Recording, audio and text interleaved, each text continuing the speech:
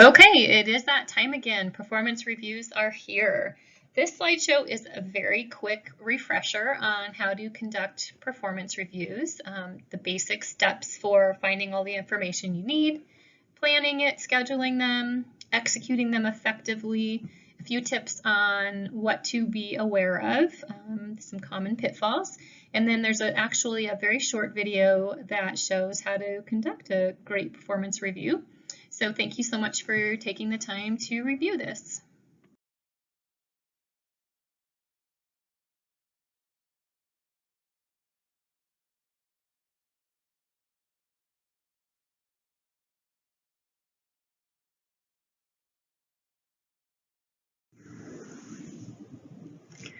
Performance review scheduling.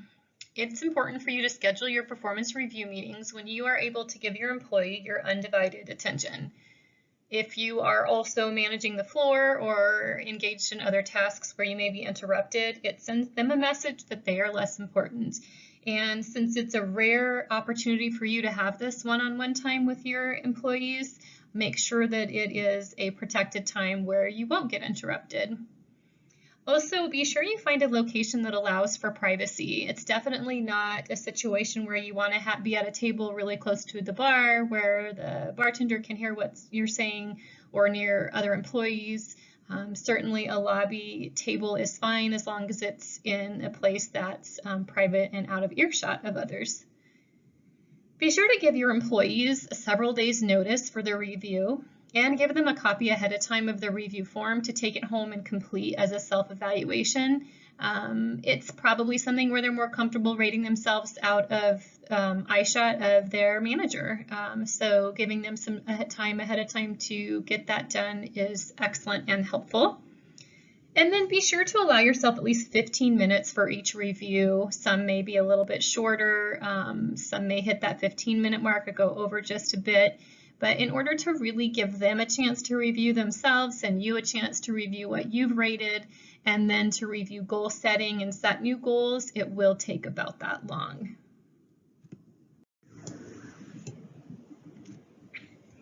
The process for performance review prep is very simple. You would just need to print all of the performance review forms that you need for your department. You can find these on SharePoint in the manager's reference manual files. You need to look in either Chapter 8, which is Employee Safety, Satisfaction, and Management, or Chapter 9, Employee Improvement and Discipline. Each one of these chapters has a file with all of the reviews in it to be printed. Again, be sure to give your employee their own copy to complete for self-evaluation and complete your reviews prior to your meeting so that you are ready to go over them with your staff members.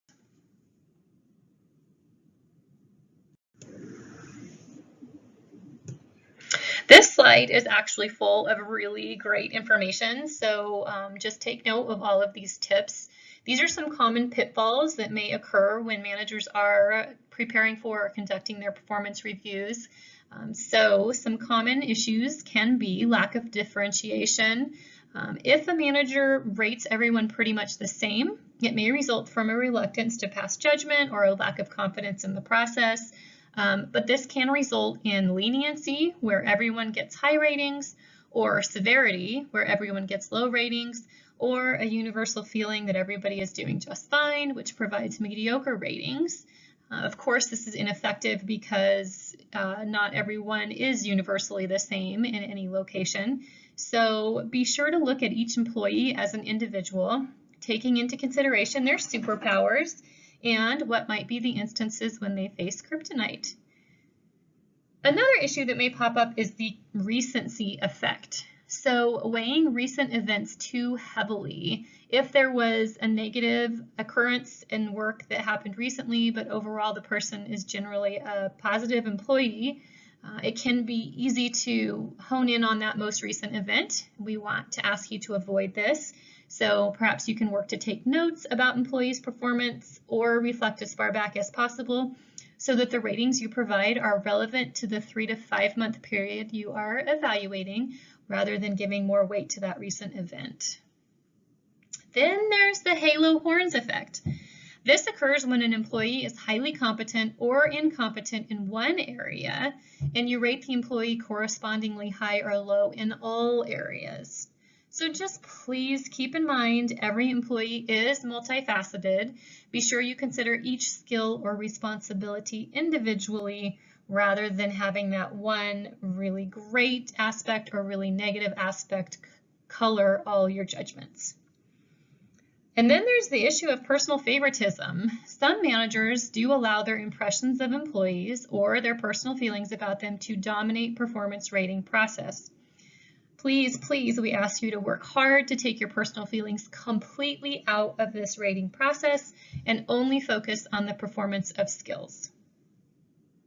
Finally, there can be the inaccurate information or preparation. So managers sometimes fail to see or take time to solicit relevant information about the employee's actual performance, or fail to take the needed time to truly reflect on the performance, which results in an inaccurate assessment. Of course, this is completely ineffective because we are not providing useful, relevant information to the employees.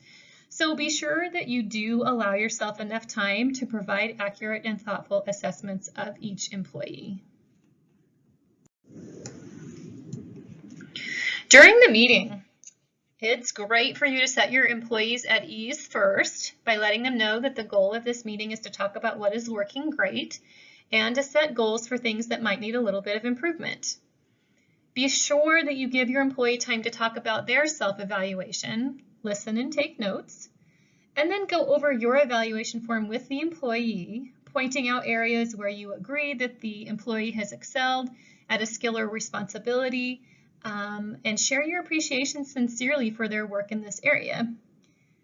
If there are differences in your evaluations, allow the employee to talk about why he or she gave the rating, and then talk about why you gave your rating, and be sure to keep all wording framed in a supportive way.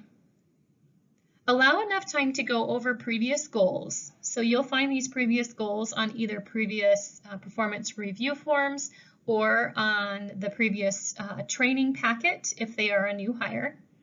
Note what has been achieved and how. So if they've reached those goals, make sure you note it on their achievement section. And then wrap up the discussion with setting new goals. A good source for setting these goals can be anything in the performance review that was rated as needs improvement. Be sure to provide steps for what can be done to move them to good. Or if there is no needs improvement ratings, then look at the good ratings and talk about what could be done to move towards awesome.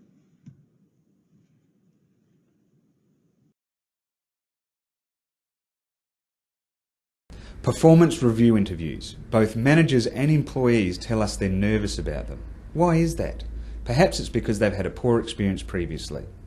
Whatever the case, as manager, you need to make sure that it's effective and worthwhile for both you and the employee. Here's some tips that can help.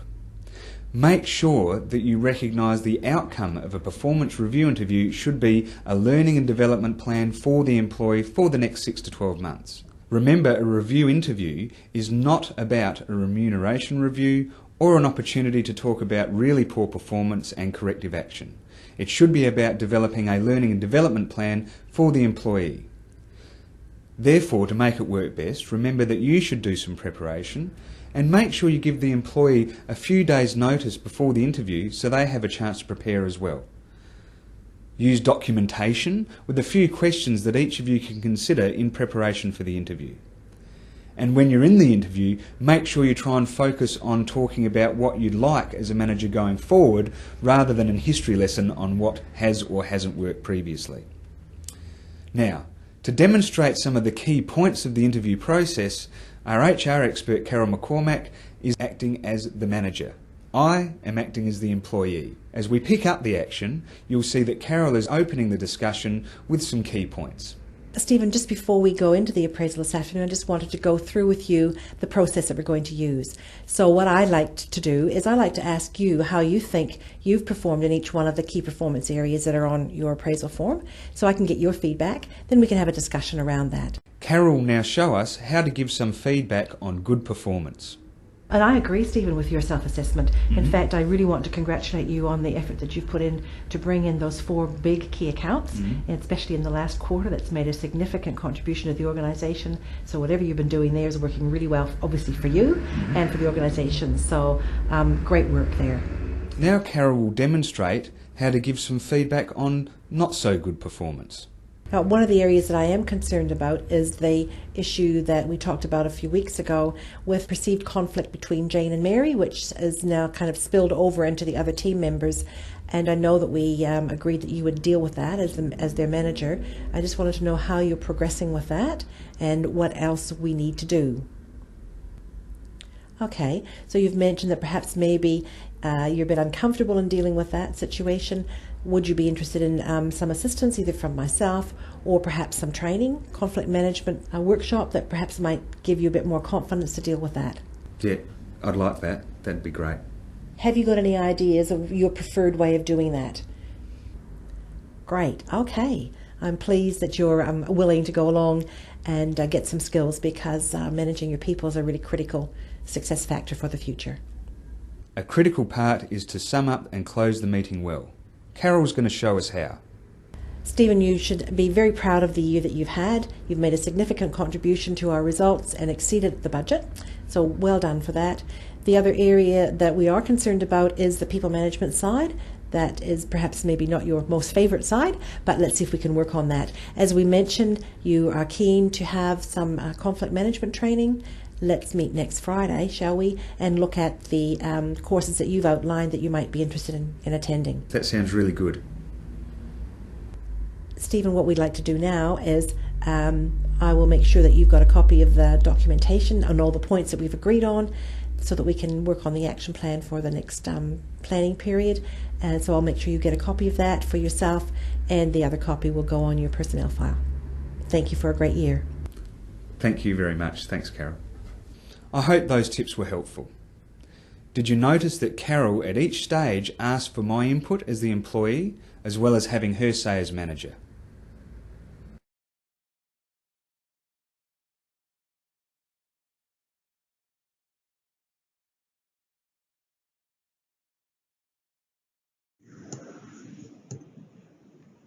Thanks for taking a few minutes to watch that video. It's actually very helpful. I really liked how the person conducting the review focused on a lot of positives, allowed the employee to share his own thoughts, and then, provided that room for improvement information and guidance in a supportive way. So that is a pretty helpful short video that gives you an idea of how to go through the process successfully. When you are wrapping up your performance review, it is possible that an employee might not agree with the performance review. If this happens, just listen respectfully, don't take it personally, and ask them to write down their thoughts and concerns, and then just go ahead and escalate the issue right up to HR, who will take it from there. So no need to get in an argument or a disagreement, just respectfully allow them to share their perspective and then escalate it. When your performance reviews go well, which most of them will, as you're wrapping up, be sure to take a moment to sum up the goals they have set and the steps you have discussed for how to reach those goals successfully. And then it's always nice to leave on a positive note. So just as the lady did in the video you watched, be sure to reiterate the positives that you reviewed, and then always thank them for their time and hard work for Roadhouse. And thank you, managers, for your time and hard work as you prepare to conduct your performance reviews. Thanks so much.